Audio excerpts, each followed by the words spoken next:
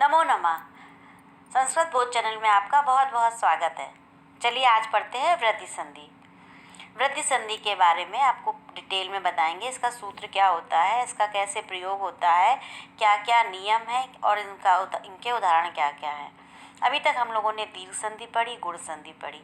अब पढ़ते हैं वृद्धि संधि। एक बार रिमाइंड करा देते हैं कि दीर्घ संधि में हमने क्या पढ़ा। दीर्घ संधि में हमने पढ़ा कि यदि ह्रस्व या दीर्घ आ ई उ री के बाद ह्रस्व या दीर्घ आ ई उ री ही आए तो दोनों मिलके क्रमशः दीर्घ हो जाता है। दीर्घ मतलब आ ई उ तथा री हो जाता है।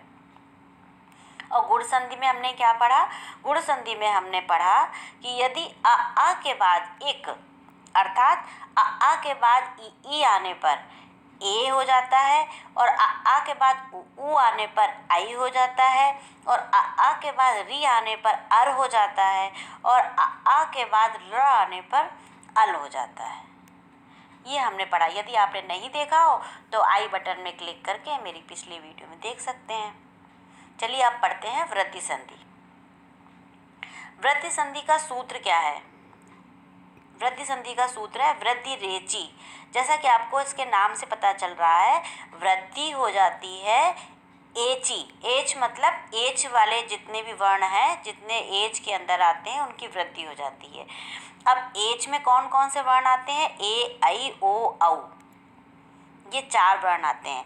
यदि आ के बाद ए आई ओ औ आए तो उनकी वृद्धि हो जाती है।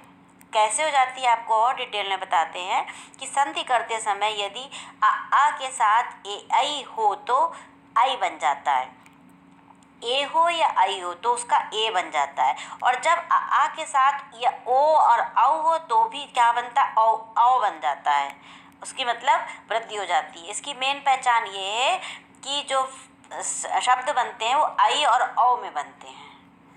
अब आपको और विस्तार से बताते हैं कि कैसे इनमें परिवर्तन होता है, कैसे पहचानेंगे।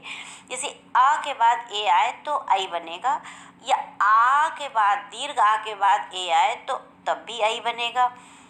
ह्रस्व आ और दीर्घ आई आए तो भी आई बनेगा, और दीर्घ आ और दीर्घ आई आए तो भी आई बनेगा। मतलब फाइनली जो शब्द बनेगा वो आई में बनेगा। इसी तरीके से आ के बाद यदि ओ आए या औ आए, बनेगा क्या? शब्द में क्या, संधि में क्या होगी? औ होगी। जैसे आ के बाद ओ आए तो भी औ होगा, आ के बाद ओ आए तो भी औ होगा, आ के बाद औ आए तो भी औ होगा, और आ के बाद औ आए तो भी औ होगा। ठीक, क्लियर है? पूरा समझ में आ रहा है? अब आपको उसका कुछ उदाहरण बताते हैं, कैसे आप देखे पहचानेंगे।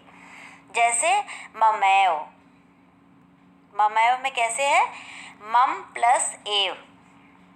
अब मम में लास्ट में म में आ है और एव में ए है। आ और ए मिलके देखिए, आप ऊपर देखिए, आ और ए मिलके आई बनता है, तो आ और ए मिलके ममैव बन गया। इसी तरीके से महेश्वरम। महेश्वरम कैसे बना है?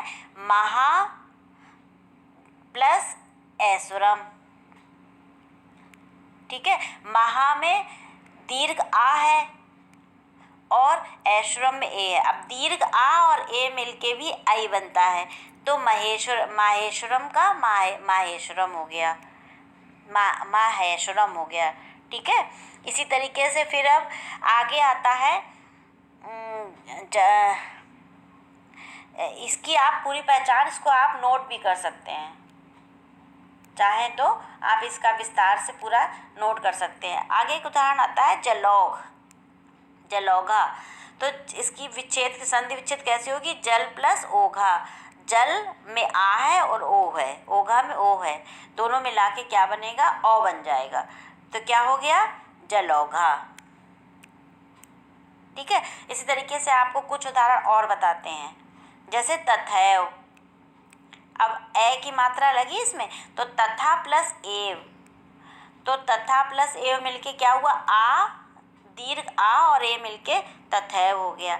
इसी तरीके से है कृष्ण एकत्वम, तो कृष्णा प्लस एकत्वम। कृष्ण में आ है और एकत्वम में ए है, पहला वर्ड, तो मिलके क्या बना? कृष्ण एकत्वम। इसी तरीके से गंगोग, गंगा प्लस ओग, तो गंगा में दीर्घ आ है और ओग में ओ है, तो आ और ओ मिलके औ बना।